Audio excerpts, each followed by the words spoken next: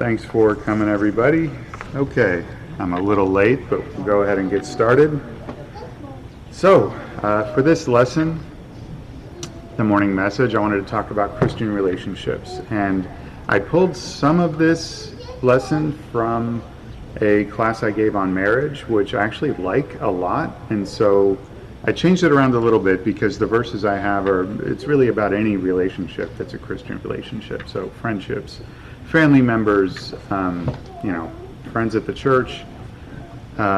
These things are important for all of those types of relationships. And so we'll go ahead and get started. And with the opening verses I'm going to look at.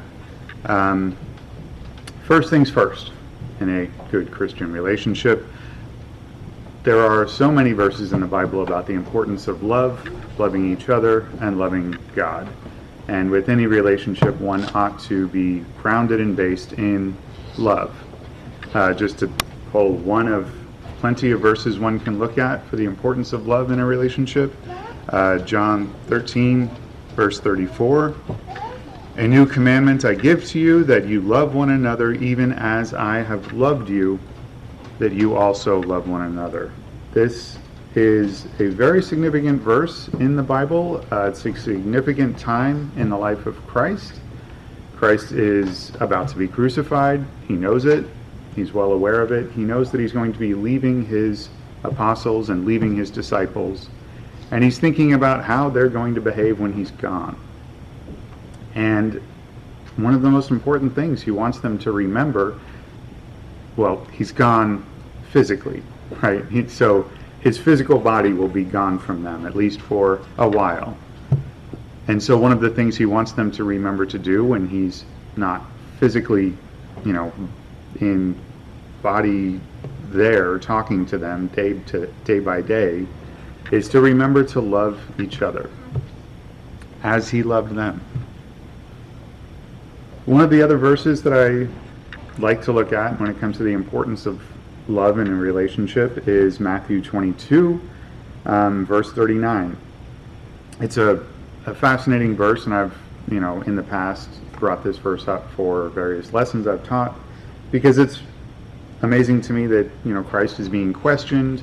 There's a lot of, how do we question him? We need a lawyer. Let's get the lawyer, sick the lawyer on Christ, and we'll see how that goes. And so in verse 36 in Matthew 22, he says, "Teacher, which is the greatest commandment in the law?" And this is said as it's a test to Christ when he's saying this. He's testing him.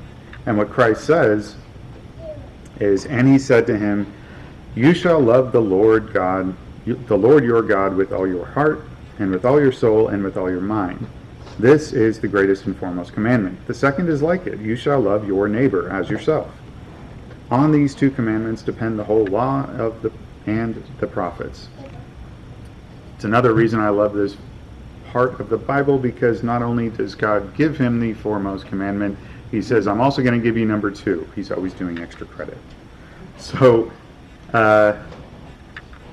one of the other ways to look at this, if you're just looking at the importance of love, is the first part, love the Lord your God with all your heart, all your body, your mind, your soul, and your heart. And so basically there's nothing left. It's everything. It's all of you loves the Lord. And that's something that you can do as an individual. And that is very important to have before entering any relationship, right? That's kind of the working on yourself part that everybody talks about being very important. And then it's your relationships. It's the second foremost commandment. Loving your neighbor as yourself. And the neighbor isn't your physical neighbors. There's really no one left out in that.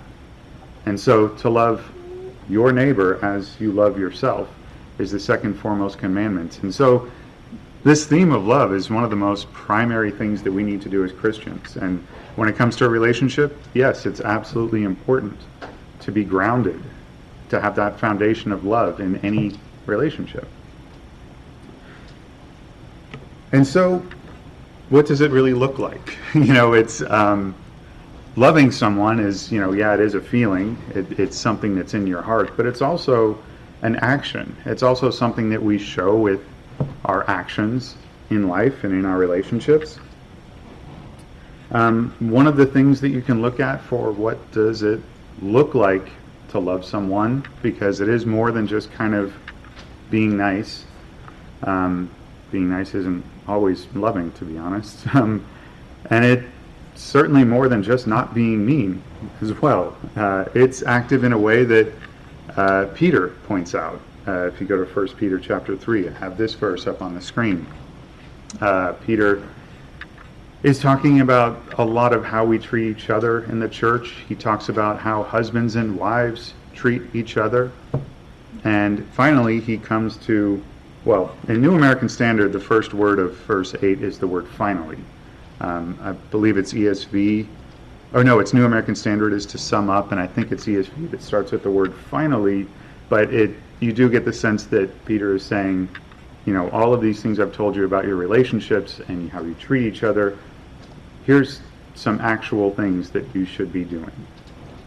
And he says, to sum up, all of you be harmonious, sympathetic, brotherly, kind-hearted, and humble in spirit, not returning evil for evil or insult for insult, but giving a blessing instead.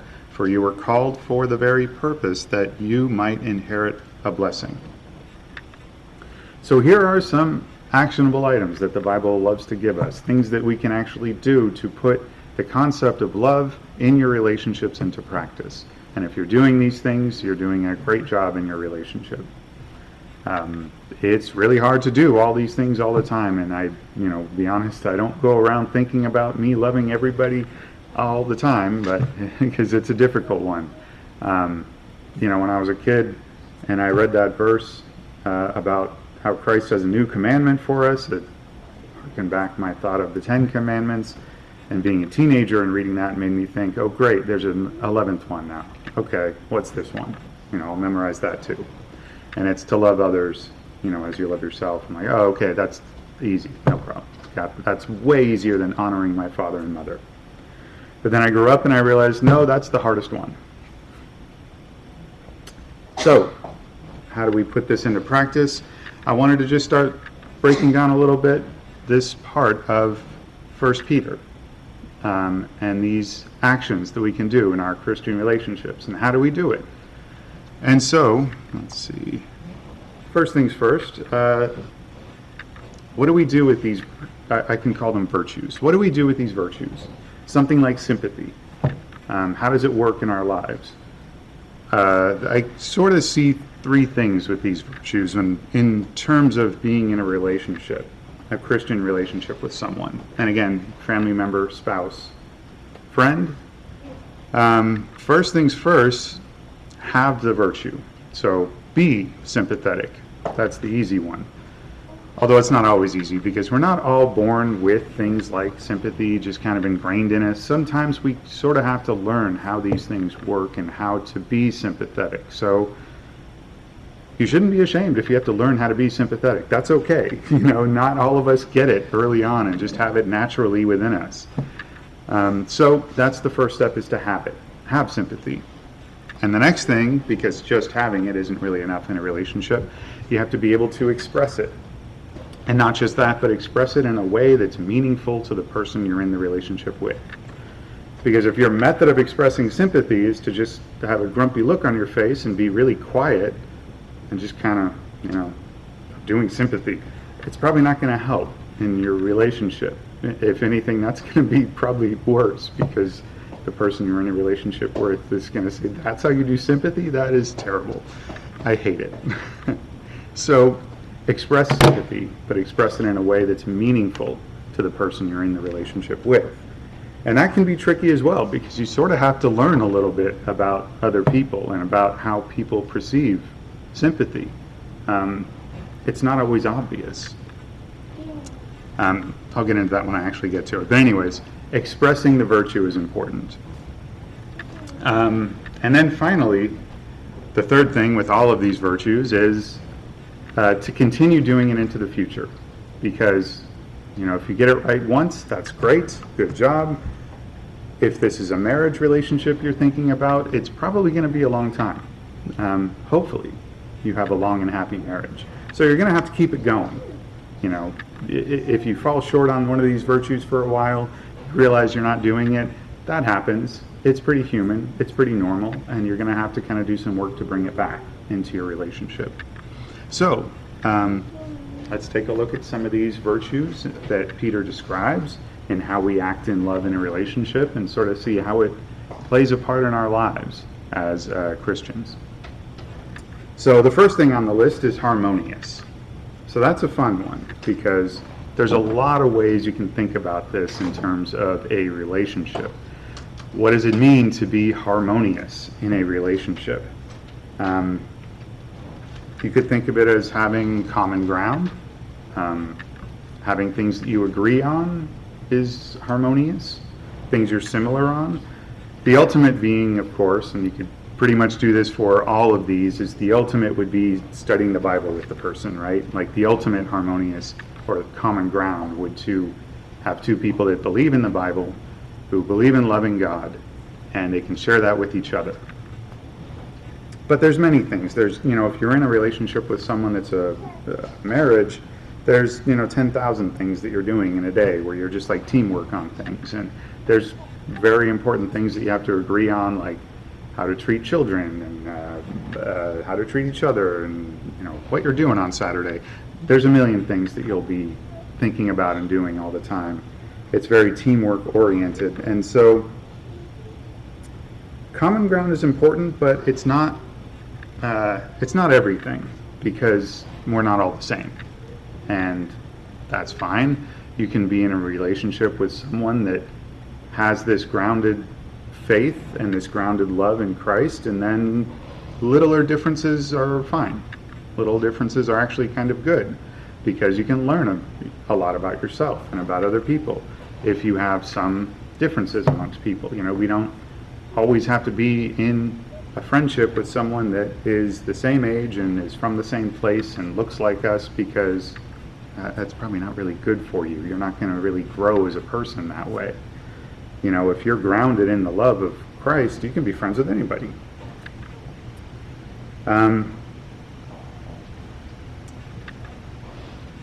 So the importance of common ground is really only part of the relationship. It helps with certain things, but it's not everything. And the differences between two people that are in a relationship can really be celebrated, especially if you complement each other. And that's another way to look at the idea of harmonious in a relationship. I'm not a super musical person, but harmony certainly doesn't mean two people are singing the exact same note at the exact same time. They're singing along in a melody, but there's different tunes taking place. The alto, the soprano, they don't sound exactly alike, but when you put them together, it creates a beautiful piece of music. That's a really great metaphor for any kind of relationship. People that are different, is that they can make a beautiful relationship together that works. Sarah and I certainly don't have the same strengths and weaknesses, and we understand that. And we understand what each other's strengths and weaknesses are, and we can complement each other in that way. I'm great at digging holes in the ground.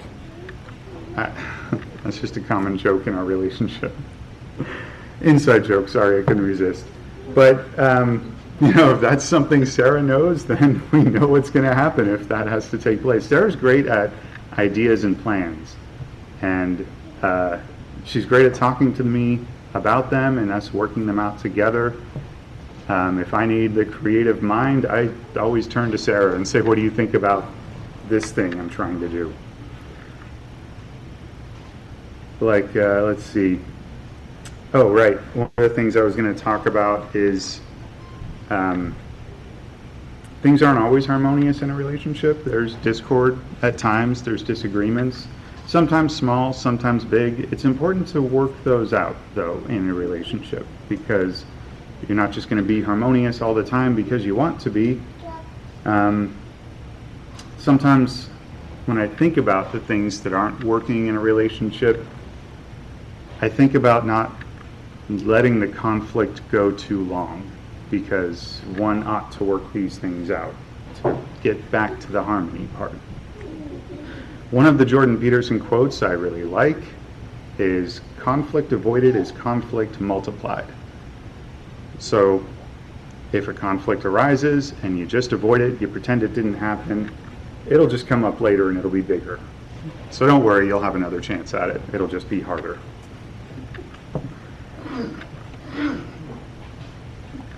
Sympathy, that's a good one. So sympathy is something that when I think about it in terms of the Bible and examples that we have, I often think about Abigail.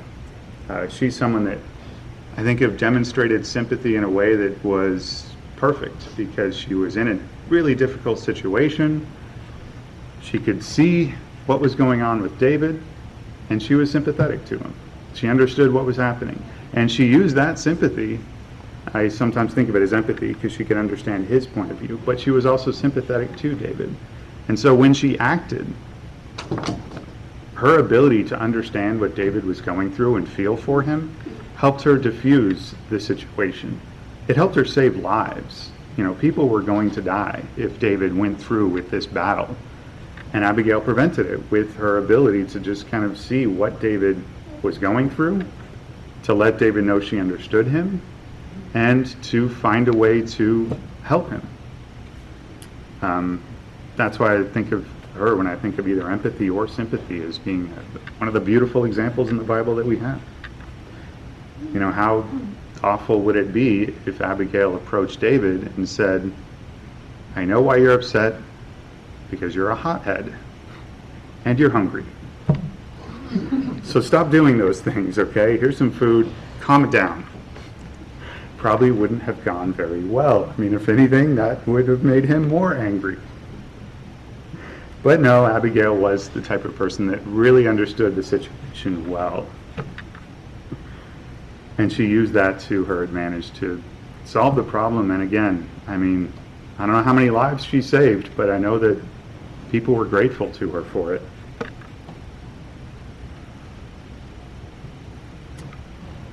As far as how we express sympathy, when someone's having a problem, when someone's going through a hard time, what some people like is when you try to solve the problem for them and then tell them what they should do. I don't know who those people are, and I don't think they exist. What most people want is to be heard and to be listened to.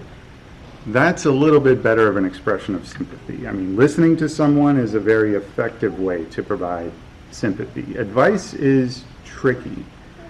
Giving advice to someone, Sarah and I took a class on Love and Logic once, and it was a little bit about how to relate to a teenager, but the way that they talk about giving advice to a teenager kind of changed the way I give advice to anybody, which basically I stopped giving a lot of advice, because the idea is you give advice to someone only if they're really ready to hear the advice, and to kind of start with sympathy, start with listening, let them know they've been heard, and say something sympathetic about the situation that they're in. And then, after listening, after sympathy, ask them if they want advice in a very, vanilla kind of way, instead of just saying, can I give you some advice, or I want to give you advice. You could say something like, do you want to hear what some other people have tried in that scenario? That's a good way to say it. And then, when you say that, they might say, no, I really don't. Don't give advice. You're done. Because if you give advice, if you insist, it won't be heard, and if anything, it's just going to make them angry, and your advice is a waste of time. It's a waste of breath. So that's why sympathy lots of times doesn't look like advice. Lots of times it looks like listening. There's a lot of ways that people feel sympathy. Sometimes it's a hand on the shoulder or something like that. Some people might really not like that. They might be like, no, could you just listen for a second over there? People are all different. Brotherly. So this is an interesting one because it's another one like harmonious, where in a relationship you can go a lot of different directions with the idea of how to be brotherly in a relationship. I don't really think there's a lot of terrible ways to look at it. For me, I kind of think of it as like friendly in a relationship.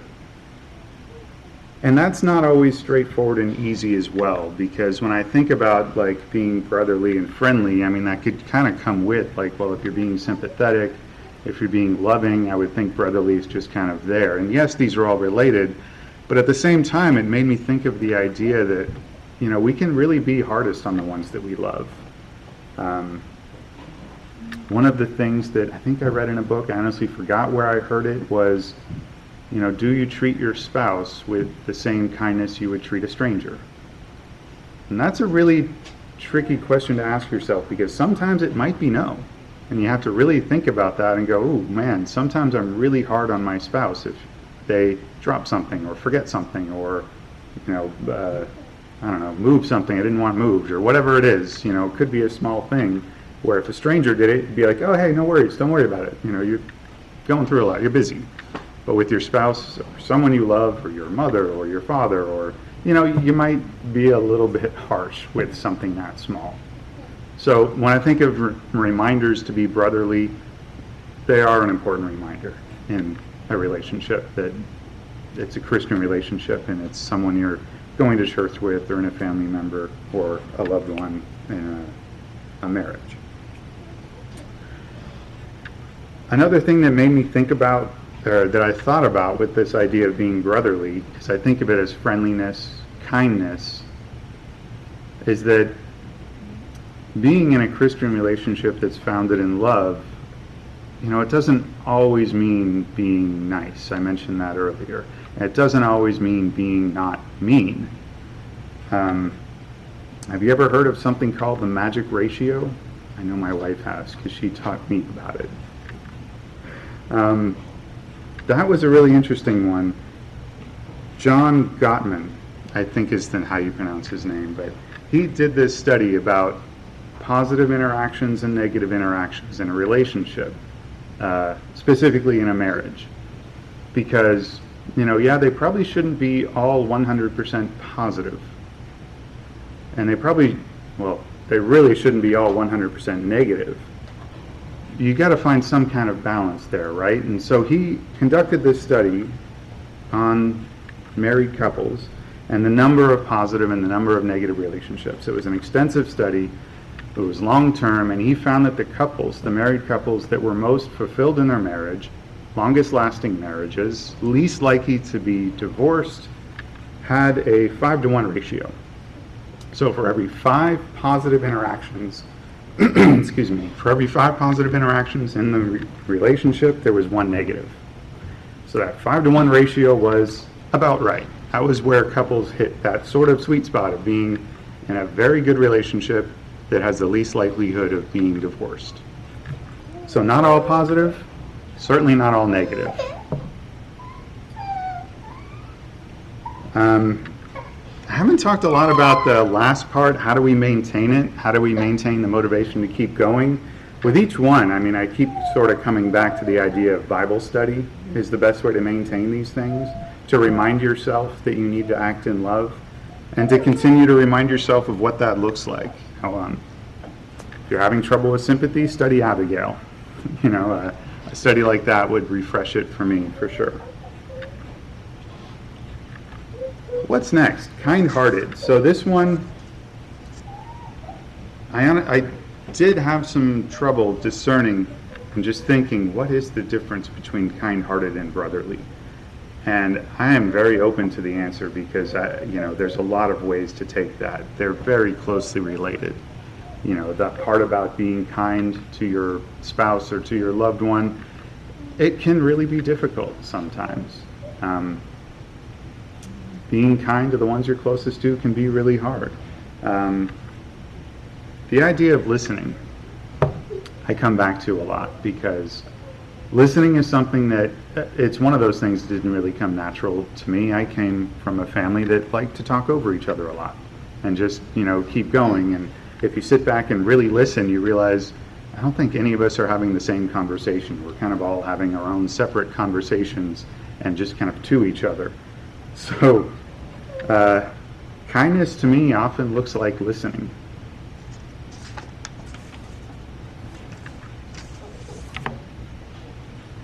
Let's see, close to the end. So, humble in spirit.